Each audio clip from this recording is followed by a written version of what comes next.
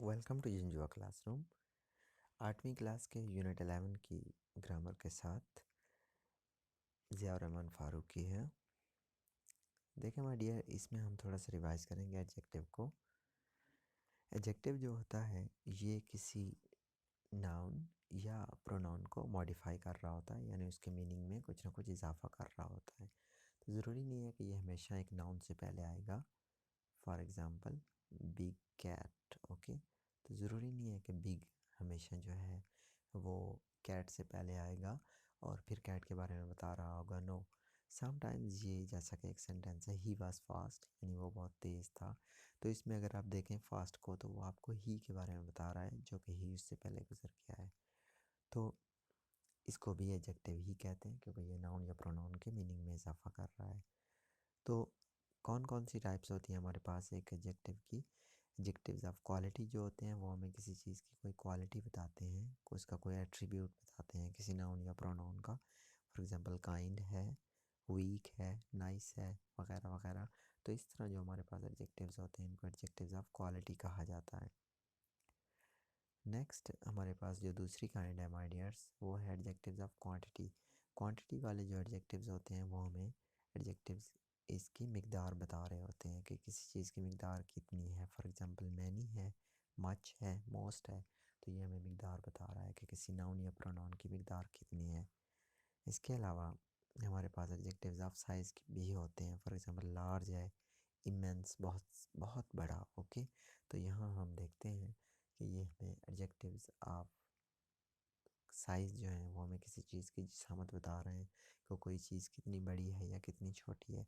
Adjectives of origin जो होते हैं ये हमें बताते हैं कि किसी चीज़ की बुनियाद जो है वो कहाँ से है। फॉर एग्जांपल अगर आप देखें आयरिश, आयरलैंड, ऑस्ट्रेलियन, ऑस्ट्रेलिया से है।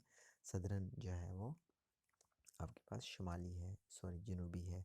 तो इनको कहते हैं एडजेक्टिव्स ऑफ ऑरिजिन, कि कोई चीज़ कहाँ से ओरिजिनेट हो रही है। नेक्स्ट आपके पास होता है एडजेक्टिव्स ऑफ शेप। ये एडजेक्टिव्स जो होते हैं ये किसी चीज़ की शक्ल बताते हैं कि वो दिखने में कैसी। फॉर एग्जांपल राउंड है, फ्लैट है, ट्रायंगल है, वगैरह कैसी है।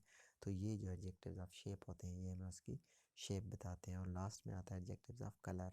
ये सारे रंग होते हैं, फॉर एग्जांपल पेल, जर्द, ग्रीन, ब्लू। ये सारे हमें बता रहे होते हैं कि किसी चीज़ का नाउन या प्रोनाउन का कलर कौन सा है हमारे पास। तो नेक्स्ट माय डियर्स हमारे पास है कि क्लासीफाई। हमने इनको क्लासीफाई करना है। कुछ मैं आपको करके दूंगा और कुछ आपने मुझे करके बताने होंगे। देखें माय डियर, स्फेरिकल। स्फेरिकल मतलब बेजवी। तो बेजवी अगर हम इनको नंबर दे दें 1, 2, 3, 4, 5 और 6, तो स्फेरिकल जो है ये आ रहा है 5 में, क्योंकि ये किसी चीज़ की शेप है।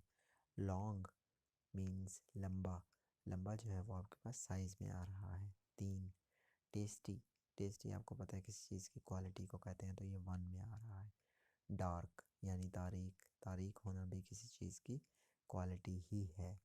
नेक्स्ट है राउंड। राउंड उसकी शेप को ज़ाहिर कर रहा है, तो ये 5 में आएगा। मैसिव, मैसिव का मतलब होता है बहुत बड़ा, बहुत अजीम, तो ये 3 में आ रहा है। सर्कल, सर्कल आपको पता है शेप होती है, तो ये भी 5 में आएगा। बल्कि, बल्कि मीन्स बहुत ज़्यादा, ओके, तो ये क्वांटिटी में आ रहा है।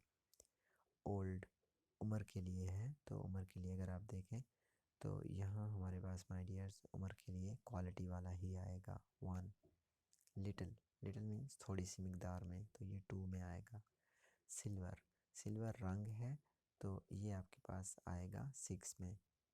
लेस मीन्स कम, क्वांटिटी है, तो 2। स्मॉल साइज़ है, ओके, तो साइज़ 3 में आएगा। और स्लिम पतले को कहते हैं, तो पतला आपके पास आएगा शेप में। तो ये दो मैंने आपको करके दिए माय डियर, और ये दो आपने मुझे करके देने हैं। I will check them out and let you know कि कौन से आपके ठीक हैं और कौन से गलत हैं। नेक्स्ट हम देखते हैं कि एडजेक्टिव्स की डिग्रीज कौन कौन सी होती हैं। आपको पता है कि पॉजिटिव डिग्री जो होती है वो आपको बताती है उसी एक नाउन या प्रोनाउन की खसूसियत। For example a tall building या this is a beautiful car, तो ब्यूटीफुल और टॉल जो है ये आपके पास पॉजिटिव डिग्री है एडजेक्टिव की, क्योंकि हम किसी के साथ कंपैरिजन नहीं कर रहे हैं। और कंपैरेटिव डिग्री जो होती है उसमें वही a taller building than this one, यानी इससे एक लंबी। तो देखें टॉल से टालर बन गया तो वो कंपैरेटिव हो गया। She runs faster than I do, यानी वो मुझसे तेज़ दौड़ती है, तो फास्टर जो है कंपैरेटिव हो गया क्योंकि हम कंपैरिजन कर रहे हैं कि वो इस इमारत से ज़्यादा ऊंची बिल्डिंग है और वो मुझसे ज़्यादा तेज़ दौड़ती है, तो कंपैरिजन है, तो इनको कंपैरेटिव एडजेक्टिव कहा जाता है, कंपैरेटिव डिग्री ऑफ एडजेक्टिव। उसके बाद आता है सुपरलेटिव। सुपरलेटिव में भी हम कंपैरिजन कर रहे हैं, लेकिन हम एक चीज़ का पूरी बहुत सारी चीज़ों के साथ कंपैरिजन कर रहे होते हैं। For example the tallest building in the town, यानी पूरे कस्बे में सबसे बुलंद बिल्डिंग, या this the most beautiful car. तो देखें बहुत सारी कारों के साथ हम कहते हैं कि ये सबसे ज़्यादा ब्यूटीफुल कार है। तो यहाँ पर हम देखेंगे she is dash than her sister, तो प्रेटी। ओके, तो प्रेटी के लिए हम लिखेंगे प्रेटियर, IER, यहाँ आई नहीं लिखा स्टूडेंट ने। शी इज़ प्रेटियर देन, ओके, जब कंपेयर होगा तो देन भी साथ यूज़ होगा। नेक्स्ट है इंटेलिजेंस।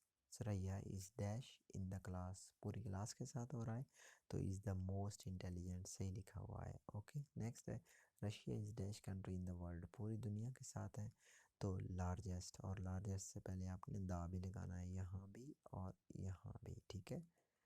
नेक्स्ट है this is dash I have ever read, यानी इंटरेस्टिंग का हमने बताना है, तो द मोस्ट।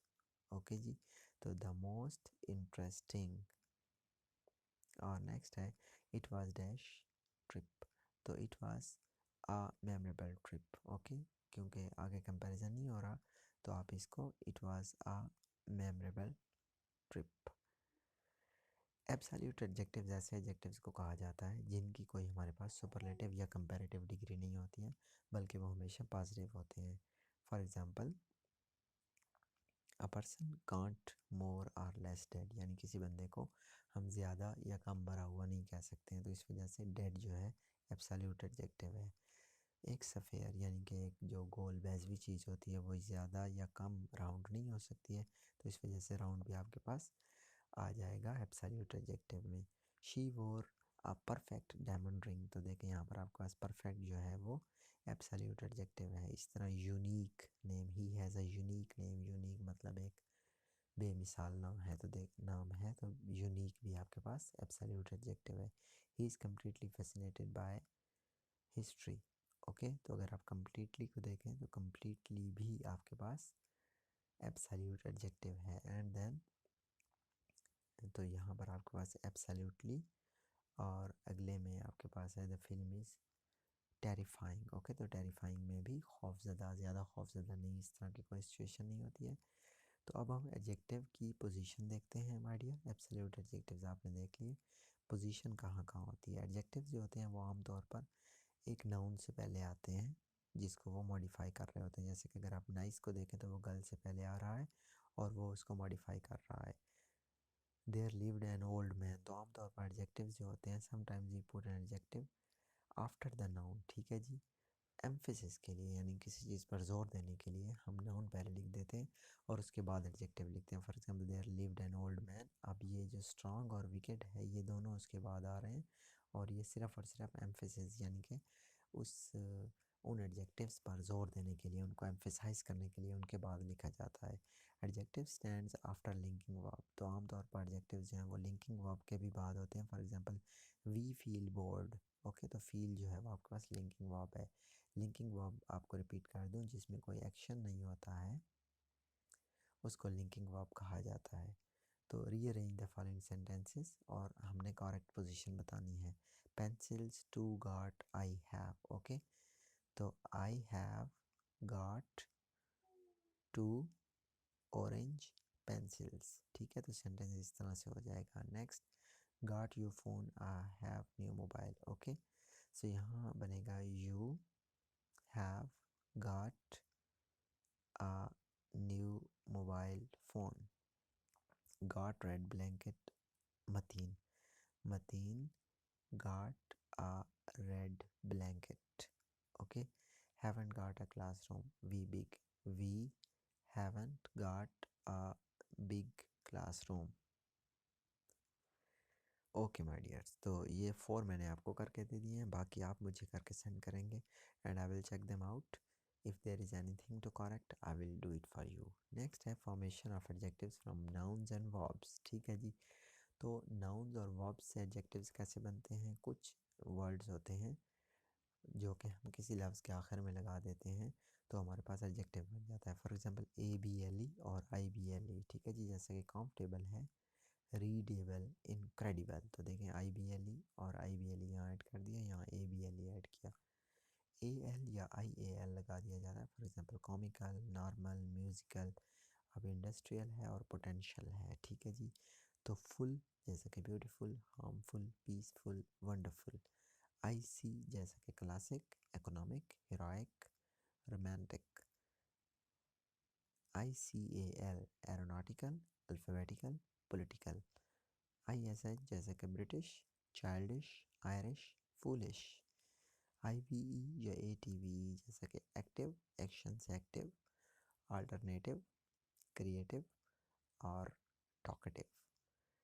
नेक्स्ट आपके पास आ जाते हैं माय डियर्स. लेस है जैसे कि endless, motionless, priceless, timeless. EOUS, IOUS या OUS जैसे कि spontaneous, EOUS. Hideous, ambitious, anxious, dangerous और फेमस. वाई से बनते हैं जैसे कि एंग्री, बिजी, वेल्दी और विंडी. आपने क्या करना है माय डियर्स कि इन तमाम एडजेक्टिव्स की इन एंडिंग्स को देखते हुए आपने एक एक एडजेक्टिव मुझे सेंड करना है. I will check them out for you. My dears, हमारे पास अब नेक्स्ट जो चीज़ है कि हमने इनसे बनाने हैं, तो इन लफ्ज़ों से आपने एडजेक्टिव्स बनाने हैं. ये भी आप मुझे बनाकर सेंड करेंगे. ओके, तो अब हम देखते हैं कि एडजेक्टिव फ्रेज़ क्या होता है.